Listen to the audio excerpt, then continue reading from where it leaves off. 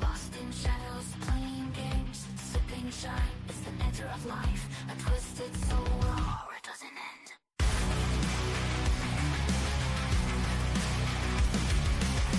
In the shadows where the monsters hide, a man dwells deep without the straight sides. His eyes are hollow, his beard is pale, a creature of the night, a tragic tale. Our shine, they call it my chilly sight. Lost in the movies from dusk to light. Sipping shine, it's the nectar of life, a twisted soul where horror doesn't end.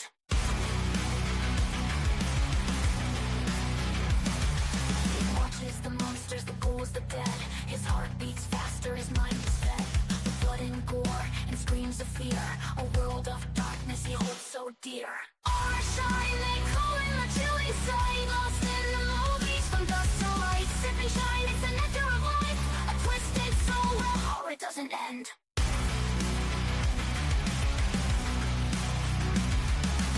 Beneath the moonlight he wanders alone, a solitary figure, a haunting tone. His laughter echoes a sinister sound as he dances with shadows on haunted ground. Our shine, a chilling name, lost in shining sight. Lost in the movies, from dusk to light. Sipping shine, it's the nectar of life, a twisted soul where horror doesn't end.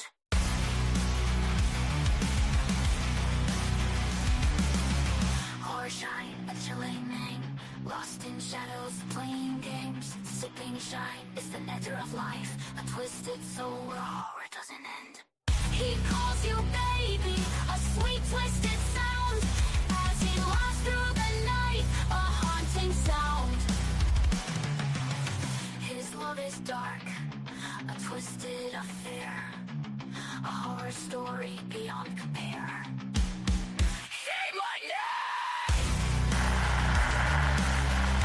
Ladies and gentlemen watching from around the world, this is Guess What? You're Wrong, streaming live. So open up your eyeballs and your earballs and check it out, in 5, 4, 3, 2, 1.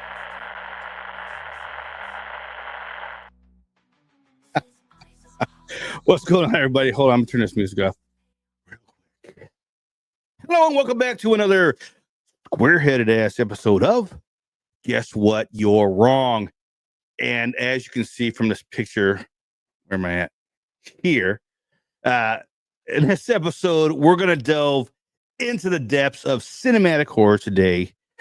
That's right. We are dissecting a true classic, James Whale's 1931 Frankenstein. Look at that, baby. We always got what's going on over here. Hold on, I didn't even check this. Woohoo! Billy Reed's in the house already. Marcus Chapman too. What's going on, brother? So as you can see, we got Boris Karloff in all of his glory over here beside me tonight. Now, this movie actually holds 1931. Boy, I wasn't alive back then. I'm not Santa, but you know, it holds some. When I was a wee young lad back in the day, watching on Saturday afternoons after cartoons, you know, they always had this creature feature stuff going on. Frankenstein was one of my first movies, boy, when I was 7, 8 years old. I don't know. After watching cartoons on Saturday, Frankenstein was one of my introductions along with Godzilla and such. Love me some Frankenstein, baby. But this is a classic. Let's pop over here to, I don't even have this up. Can't believe I don't have this up. Let me see. I wanted to pop into Frankenstein 1931 for the IMDb so we can get some information on who did what and why and all that good stuff for Frankenstein here. Maybe I can even share the screen. Hold on. Where's my StreamYard? Maybe.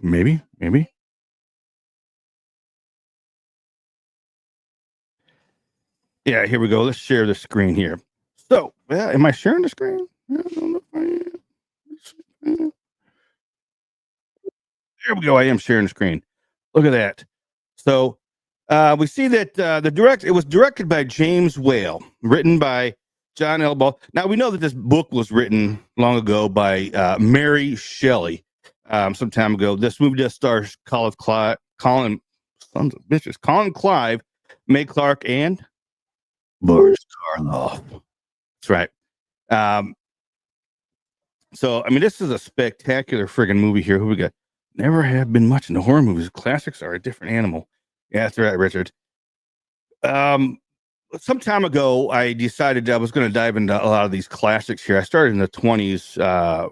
We did 4 episodes from the 20s. I've already done 1 episode from the 30s. This is the 2nd episode from the 30s. I just, over the last few months, the whole thing's been kind of kerfuffled with my episodes coming out and that kind of stuff. But I am doing this one here. I'm getting it out. It's the day after Christmas. Let's go. But I know it being the day after Christmas, I hope everybody had a good Christmas, a good, safe Christmas. Didn't drink too much, didn't eat too much.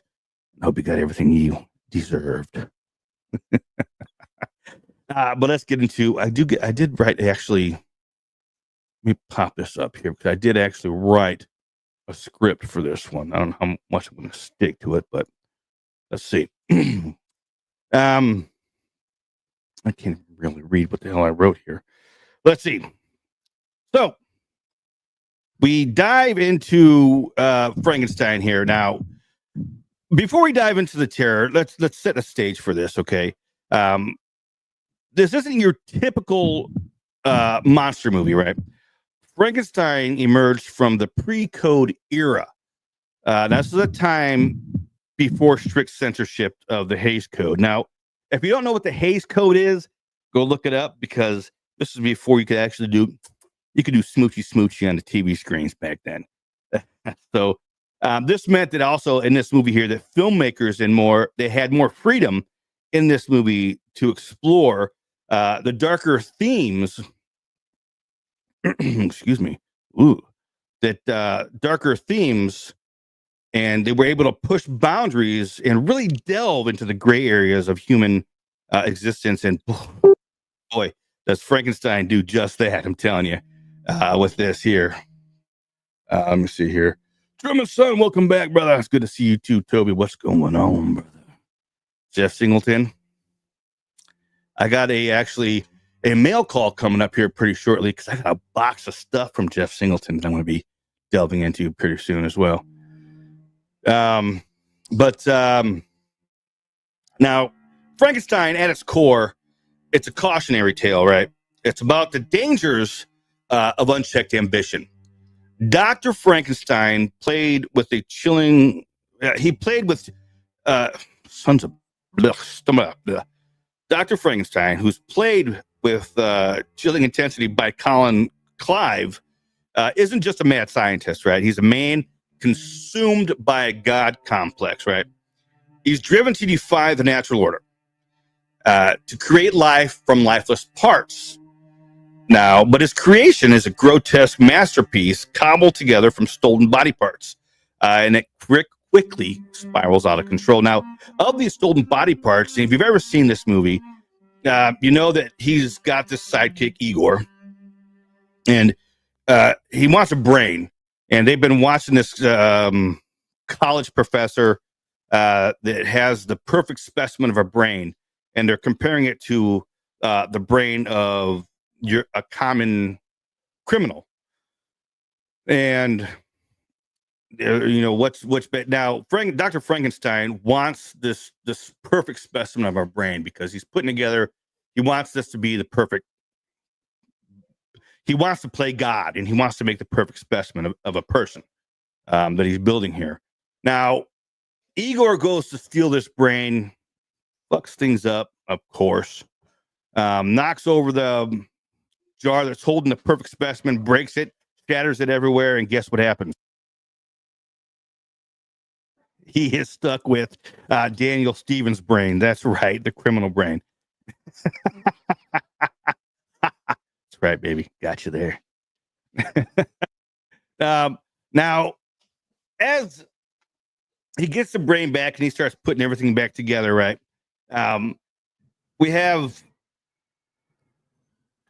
There's a whole It's a whole kerfuffle. This thing is just fucking going on here. Here's where things get really fascinating, though. The creature that is brought back to life, played by the legendary Boris Karloff, isn't just a mindless beast, right? He's intentionally curious. He's curious. He's childlike. He's innocent. You know, he's an innocent that's being thrust into this world. This world fears and rejects him. Simply because of his appearance. Now, the sympathetic portrayal of the monster was revolutionary for its time. It challenged the audience to question their own prejudices and confront the fear of the unknown. Daniel Stevens is drain damaged. That's right, baby. That's right. That's how you get a demon brain. So when we look at what's going on in the movie at this time here, then with this, he's brought back to life. It's alive. It's the most quoted part of any movie ever made, along with "No, I am your father." So he, from the very get-go, he's brought back to life. And if you look at him through a child's eyes, right, he's got a child's mentality. He's abused. Igor has got the fire and is constantly thrusting this fire in his face, and they know that he's afraid of the fire, and they're whipping him and they're beating him.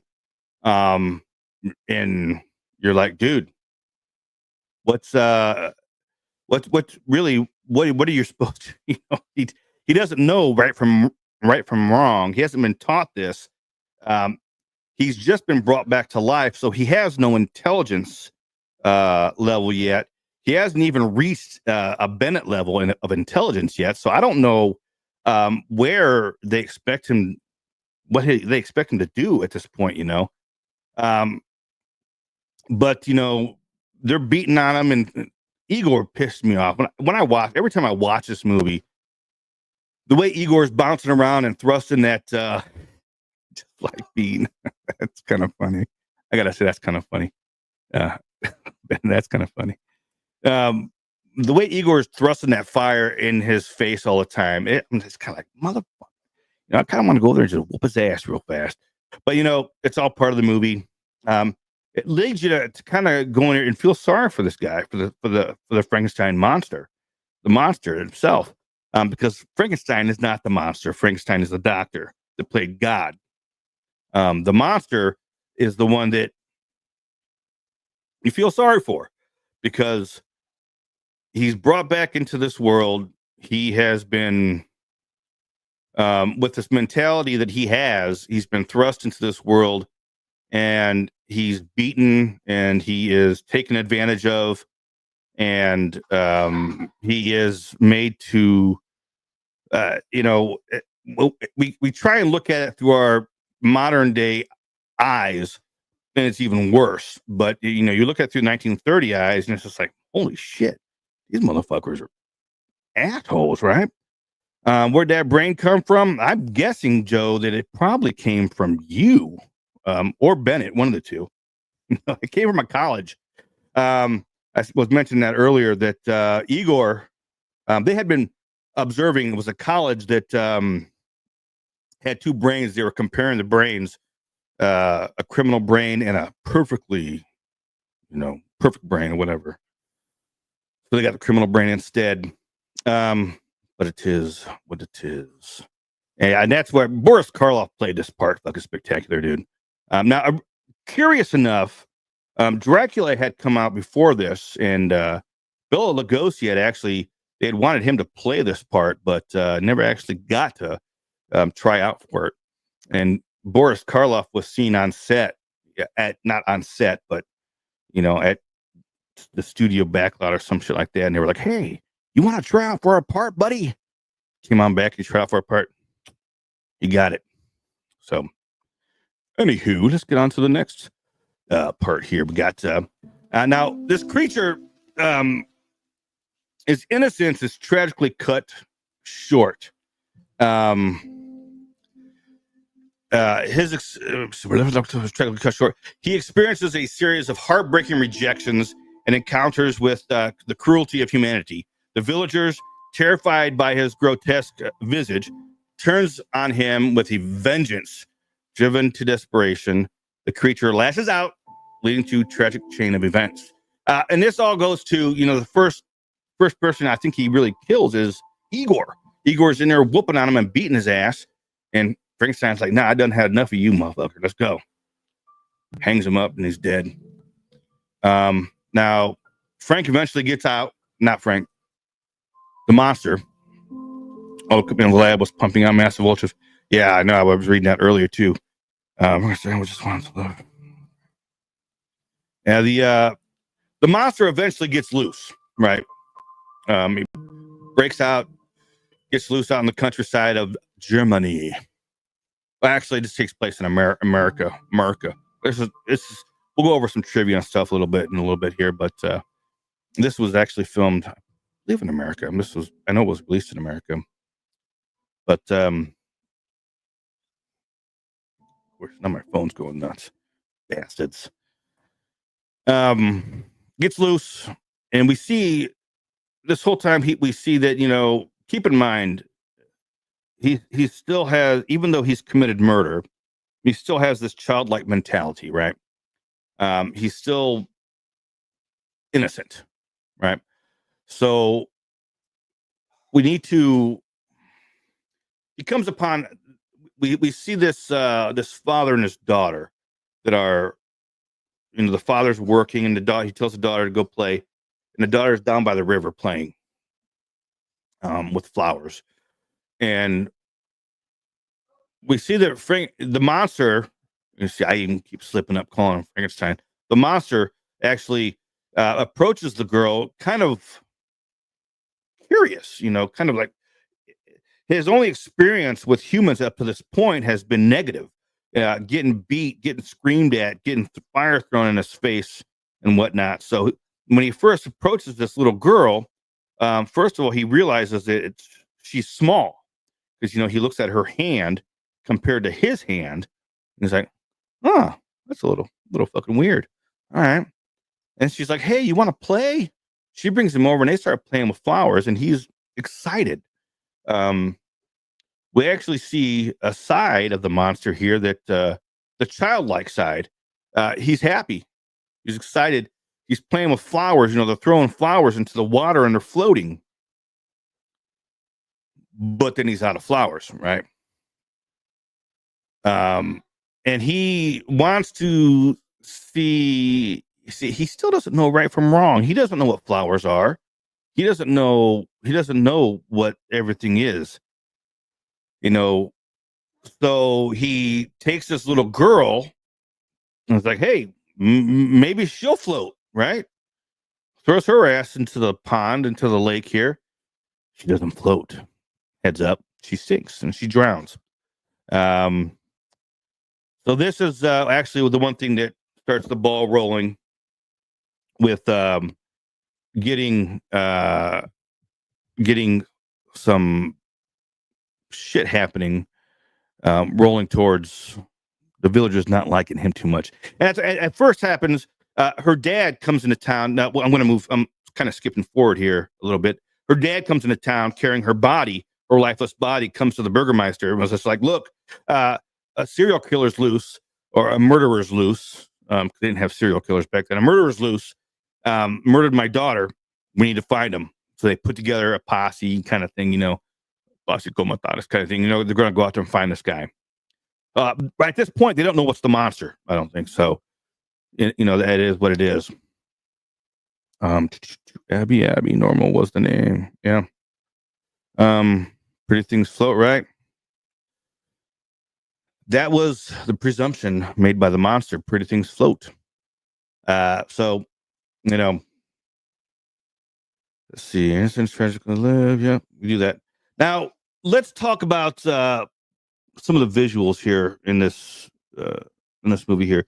Director James Whale. Now, we're going to get into, he was a true master of his craft, right? He utilized German expressionism, the techniques to create a truly unsettling atmosphere. Now, think dramatic lighting, distorted sets, and those iconic elongated shadows that seem to dance across the screen. The results is a film that's not just scary and creepy, but it's visually stunning and it's deeply unsettling. Now, the German expressionists, if you watched or listened to any of my earlier podcasts from my classics from the 20s, I did the Cabinet of Dr. Caligari. I can't remember some of the other ones.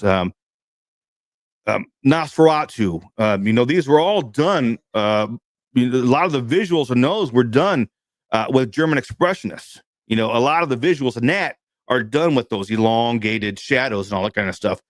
So we see that coming from the 20s into the early 30s, those visuals, even though now we're into talkies, we're not in the silent films anymore. Those visuals that we have that worked in the 20s to create those creepy, horrifying visuals in movies are carrying over into the 30s because they work, right? Why wouldn't they work? Because they're fucking spectacular, baby. Let's see here. Now, Frankenstein, it wasn't just a horror film, right? Where am I? Okay.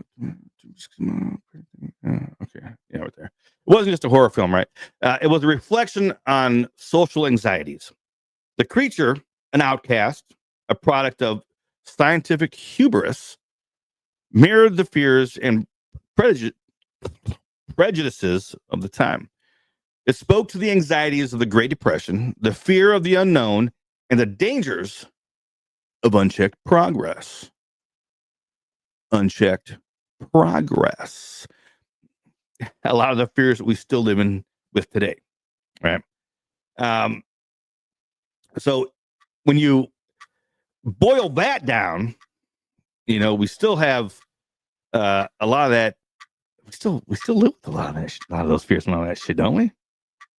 Right?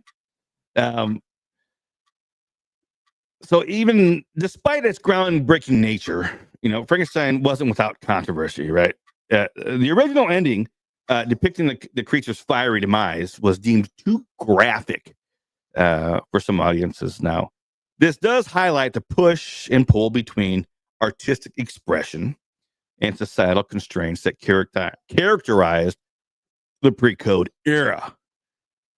And you can definitely tell the difference between once we get into movies that were made after the pre-code, the Hays Code, you can definitely tell the difference.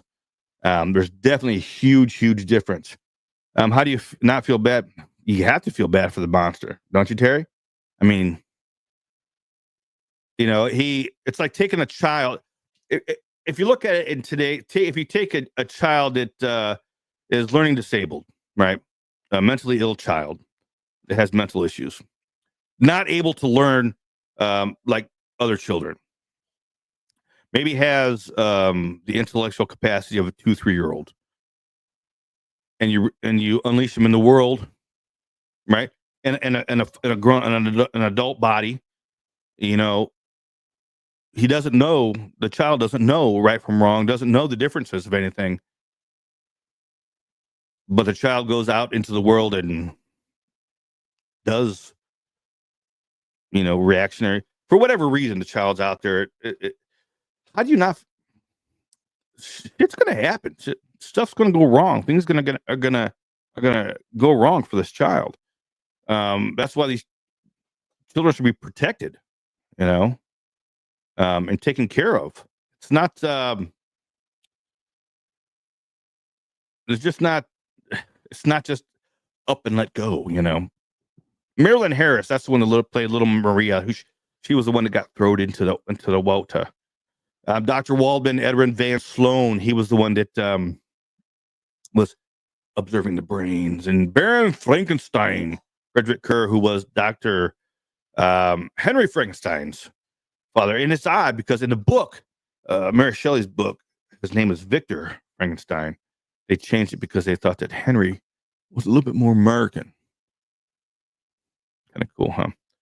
I'm going to head over. There was something I was reading interesting here earlier about this. I'm going to open it up here. Yes, I do. I'm going to read it directly from the Pedias. So 1931 American Gothic pre-code science fiction horror film directed by James Whale, produced by Carl blah blah blah, and adapted from the 1927 play by Peggy Webling, which in turn was based on Shelley's blah blah blah or the modern Prometheus. That's not what I wanted to read. What the fuck? I thought I read something here earlier that I thought was interesting. Maybe not. Frankenstein was also inspired by The Golem, a surreal novel based on Jewish folklore, and its film adaptation, a silent horror film where, that was one movie that I wanted to cover as well here, but I didn't. Actually, I think I have Golem on my list as well, actually. The Golem is a movie that was made later on. I think I have that, or previously. I don't know. I think I have it on my list somewhere. We'll find out, and maybe I'll cover it or not. Immediately following the success of Dracula, Lugosi had hoped to play Henry Frankenstein, Universal's original film concept. However, the actor was expected by producer Carl Lemay to play the monster. Yeah, okay. Look at that. And I get an email out of nowhere. Interesting. But that's it. That's all I really got for this one. I love this movie, Frankenstein. I've seen it dozens and dozens of times. And like I said, it holds a special spot in my heart for mainly because when I was a kid, it was one of my first exposures to some of these classic horror movies. And I even remember when I was in third grade, I had a book called Frankenstein Lives on. Was it called Frankenstein Lives on a Third Floor? Let's see.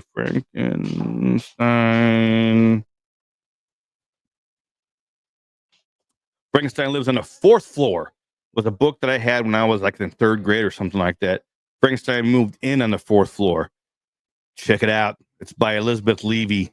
You got kids that like this kind of stuff. I even bought this on eBay one time, trying to get my kids to read it, but they're like, good book. And I'm going to buy it again, to tell you the truth, make them read it this time. But that's pretty much it. That's all I got for this episode of Guess What? Why is my email popping up now? Come on, stop it. Maybe I'll stop this again here.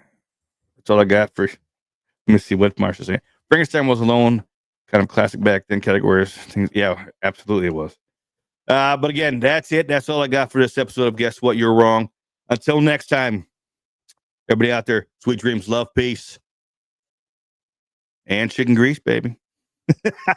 And remember, coming up soon, I'm going to be doing a mail call because this guy I met down in Georgia gave me a bunch of stuff to try out. So I'm going to be getting drunk. That's it, baby. Let's get back over here. Hey, y'all have a good night. Love, peace, and one more time, chicken grease, baby. Thank you for watching. Check out the podcast for awesome horror movie coverage and more. And don't forget to like this video and subscribe. Hit that little bell too.